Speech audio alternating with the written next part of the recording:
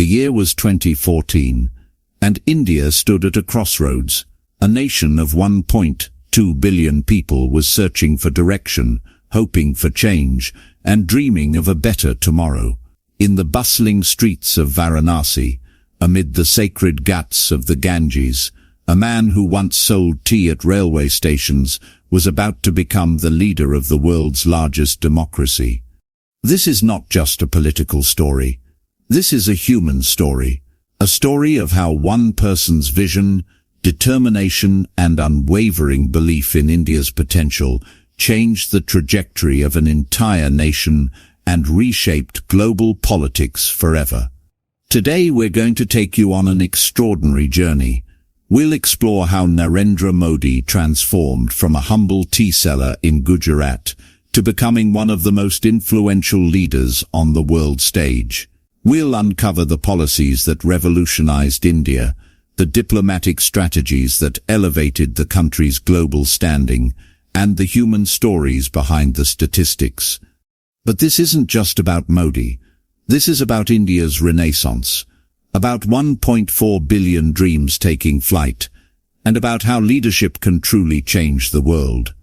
To understand Modi's India, we must first understand Modi the person. Born on September 17, 1950 in Vadanagar, a small town in Gujarat, Narendra Damodar's, Modi grew up in a family that knew the value of hard work and sacrifice. His father, Damodar's Modi, ran a small tea stall, and young Narendra would help him serve tea to passengers at the local railway station. These early experiences shaped something profound in Modi. Standing on those railway platforms, serving tea to travelers from across India, he witnessed the diversity of his nation firsthand. He saw the struggles of ordinary people, their hopes, their dreams, and their resilience. These moments planted seeds that would later bloom into policies affecting millions. At the age of 8, Modi was already showing signs of the leader he would become. His teachers remember him as a student who was always asking questions, always curious about the world beyond his small town. But it was his involvement with the Rashtriya Swayamsevak Sangh RSS at a young age that truly molded his character and his vision for India. The RSS taught him discipline, organization, and most importantly, the concept of service before self. These weren't just philosophical teachings, they became the foundation of his approach to governance. Even today, as Prime Minister, Modi maintains the same disciplined lifestyle he learned in his youth, waking up at 5 a.m., practicing yoga, and dedicating his entire day to the nation's service. His journey through the RSS was not easy.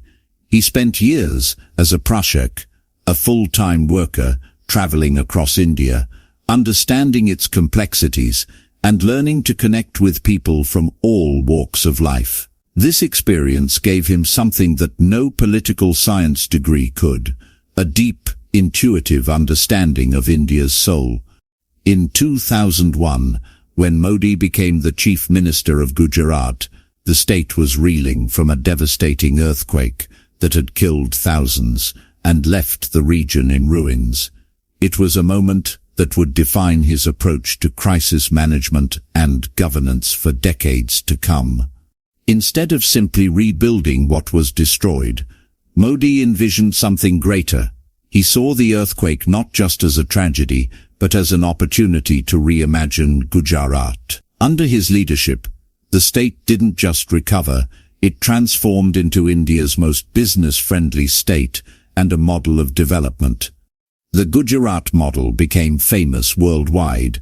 Modi introduced innovative policies that attracted investments, created jobs, and improved infrastructure. He pioneered the concept of minimum government, maximum governance, streamlining bureaucracy, and making government services more accessible to common people. But what made Modi's Gujarat truly special was his focus on inclusive development. He launched programs specifically designed to help farmers, women, and small businesses. The state's agricultural growth rate doubled, and Gujarat became a leading producer of cotton, groundnuts, and various other crops. His success in Gujarat wasn't just about numbers, it was about changing mindsets. He proved that good governance could deliver real results, that politics could be about development rather than just power, and that India could compete with the best in the world. The business community took notice. International investors started viewing Gujarat as a reliable partner. The state's growth story became a template that other states wanted to replicate. But more importantly, it established Modi as a leader who could deliver on his promises. The call of the nation. By 2014, India was ready for change. The country had been grappling with corruption scandals, economic slowdown, and a general sense of pessimism about the future. It was in this environment that Modi emerged as the BJP's prime ministerial candidate. His campaign was unlike anything India had seen before. Using technology and social media in unprecedented ways, Modi connected directly with millions of Indians. His message was simple yet powerful: good days are coming. But this wasn't just a slogan, it was a promise backed by his track record in Gujarat. The 2014 election results were historic. The BJP won 282 seats, giving India its first single-party majority government in 30 years. But more than the numbers, it was the mandate for change that Modi received. People from all walks of life, from farmers in rural areas to professionals in cities, voted for his vision of a new India. On May 26, 2014, when Modi took oath as the Prime Minister of India, he made a speech that would set the tone for his governance. He spoke about his humble origins, his commitment to serving the nation, and his dream of making India a developed country by 2047, the centenary of independence. The transition was remarkable. Here was a man who had never held a position in the central government, suddenly responsible for leading the world's largest democracy. But Modi brought with him a clear vision, a dedicated team, and most importantly, the confidence that India could achieve anything it set its mind to. One of Modi's most ambitious and successful initiatives has been the Digital India Mission. When he launched this program in 2015, many skeptics questioned whether a country where millions still lacked basic amenities could truly become digitally empowered. Modi's answer was simple. Digital technology wouldn't just complement India's development, it would accelerate it. He envisioned a digital India where technology would eliminate corruption, improve governance, and create opportunities for every citizen. The results have been nothing short of revolutionary. The Jan Dhan Yojana brought banking to over 400 million previously unbanked Indians. Aadhaar, the world's largest biometric identity program, provided digital identity to over 1 billion people. These weren't just technological achievements, they were tools of empowerment. Consider the story of Ravi, a farmer from Uttar Pradesh. Before Digital India, he had to travel 50 kilometers to the nearest bank, wait in long queues, and often face corruption just to access basic banking services. Today, he can transfer money, check his account balance, and even apply for loans using his mobile phone. This is the real impact of Digital India. The Unified Payments Interface (UPI) revolutionized how Indians transact, from street vendors to large businesses. Everyone embraced digital payments. During the COVID-19 pandemic, when the world struggled with contactless transactions, India was already leading the way with UPI processing billions of transactions monthly. But Digital India wasn't just about technology. It was about democratizing access to opportunities. The COWIN platform, which managed India's massive COVID-19 vaccination drive, demonstrated how technology could be used to serve people at scale. Over 2 billion vaccine doses were administered through this platform, making it one of the largest and most successful vaccination campaigns in human history. When Modi launched the Swachh Bharat mission on October 2, 2014, Gandhi's birthday, many saw it as just another government program. But Modi understood something deeper. Cleanliness wasn't just about hygiene, it was about dignity, health, and national pride. The mission aimed to make India open defecation-free and achieve 100% waste management. The scale was enormous. Over 550 million people in India lacked access to proper sanitation facilities. Building toilets for so many people wasn't just a logistical challenge. It required changing mindsets that had been shaped over generations. Modi's approach was innovative. He didn't just rely on government machinery. He made Swachh Bharat a people's movement. He nominated prominent personalities to spread awareness, challenged citizens to contribute, and most importantly, led by example by cleaning public spaces himself. The results were remarkable. Within 5 years, India built over 100 million toilets, making it open defecation-free. But the real victory was in changing attitudes. Cleanliness became a matter of pride, not just a government directive. The impact on women's lives was particularly profound. Millions of women and girls, who previously had to walk long distances or wait for darkness to relieve themselves, suddenly had access to safe, private facilities. This wasn't just about convenience. It was about safety, dignity, and equality. International recognition followed. The World Health Organization acknowledged that India's sanitation improvements had saved numerous lives by preventing waterborne diseases. The Swachh Bharat mission became a model for other developing countries facing similar challenges. Modi's vision for India's economy was ambitious. Transform the country from an importer to a manufacturer, from a service provider to an innovation hub.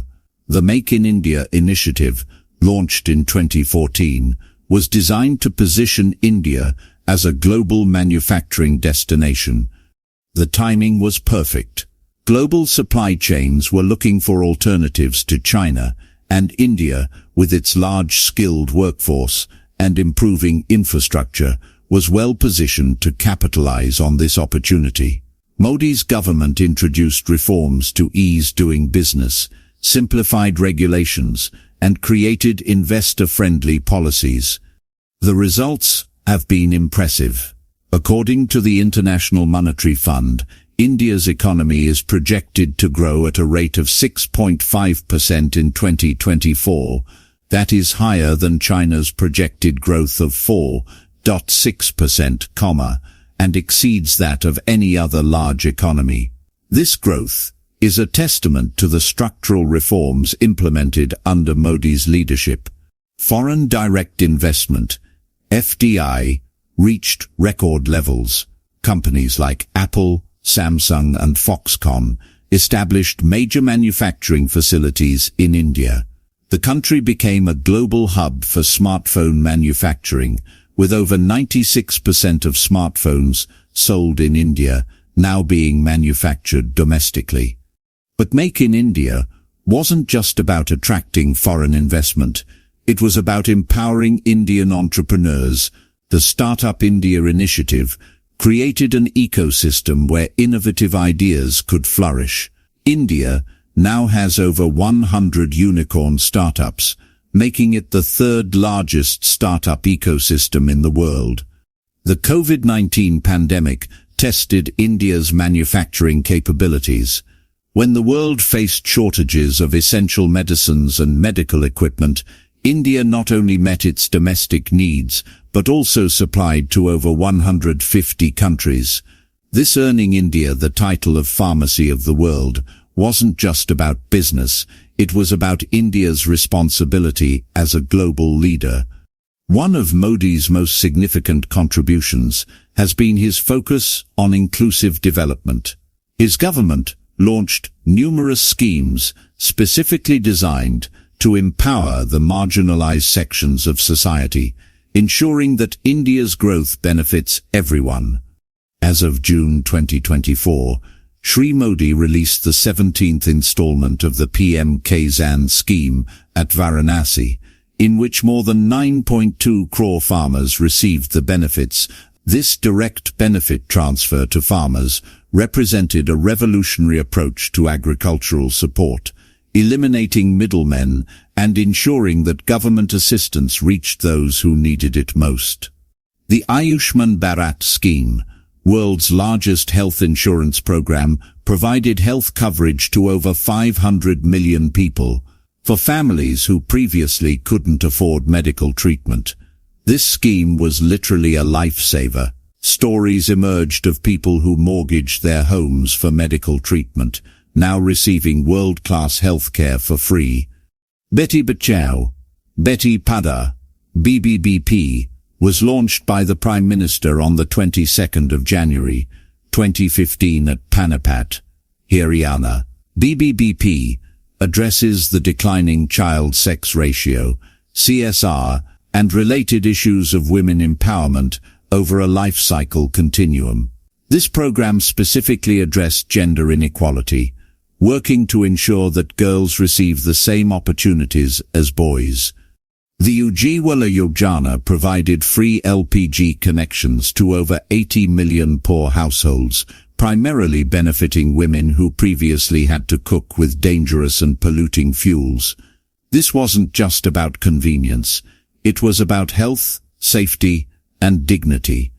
These programs demonstrated Modi's understanding that true development must be inclusive. Economic growth means nothing if it doesn't improve the lives of the most vulnerable members of society. Modi's impact extends far beyond India's borders. His diplomatic approach has elevated India's global standing and established the country as a key player in international affairs.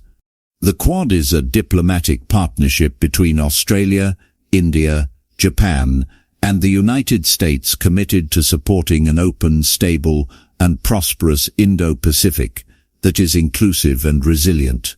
Modi's leadership in the Quad has positioned India as a crucial partner in maintaining regional stability and promoting democratic values. His relationship with world leaders has been remarkable. From his friendship with former Japanese Prime Minister Shinzo Abe to his strategic partnership with President Biden, Modi has built personal relationships that have translated into concrete benefits for India. Modi has brought together 120 countries to form a solar alliance named International Agency for Solar Technologies and Applications (INSTARA). This initiative demonstrated India's commitment to climate action and its role as a global leader in renewable energy. During the COVID-19 pandemic, when the world was looking for leadership, Modi stepped up. India supplied vaccines and medicines to over 150 countries, earning global recognition for its humanitarian approach. The phrase, vaccine maitri, vaccine friendship, became synonymous with India's generous spirit. His neighborhood-first policy strengthened relationships with South Asian countries, while his outreach to African nations opened new avenues for cooperation. Modi's diplomatic success lies in his ability to balance multiple relationships while maintaining India's strategic autonomy. As we conclude this journey through Modi's transformative leadership, it's clear that his impact on India and the world extends far beyond politics. He has fundamentally changed how the world sees India and how India sees itself. From a tea seller in Gujarat to the leader of the world's largest democracy, Modi's story is ultimately India's story. It's a story of dreams realized through hard work, of challenges overcome through determination, and of a nation that refused to be limited by its circumstances. Today, as India approaches its centenary of independence in 2047, Modi's vision of a developed India seems not just possible, but inevitable. The foundations have been laid, the systems are in place, and most importantly, the people believe in their country's potential. The journey from that railway station in Vadnagar to the global stage is a testament to the power of democracy, the strength of determination, and the endless possibilities that await when a leader truly serves the people. This is Modi's India. This is India's moment. And this is just the beginning of an extraordinary story that continues to unfold before our eyes. What do you think about Modi's transformation of India? Share your thoughts in the comments below, and don't forget to subscribe for more inspiring stories of leadership and change that shape our world.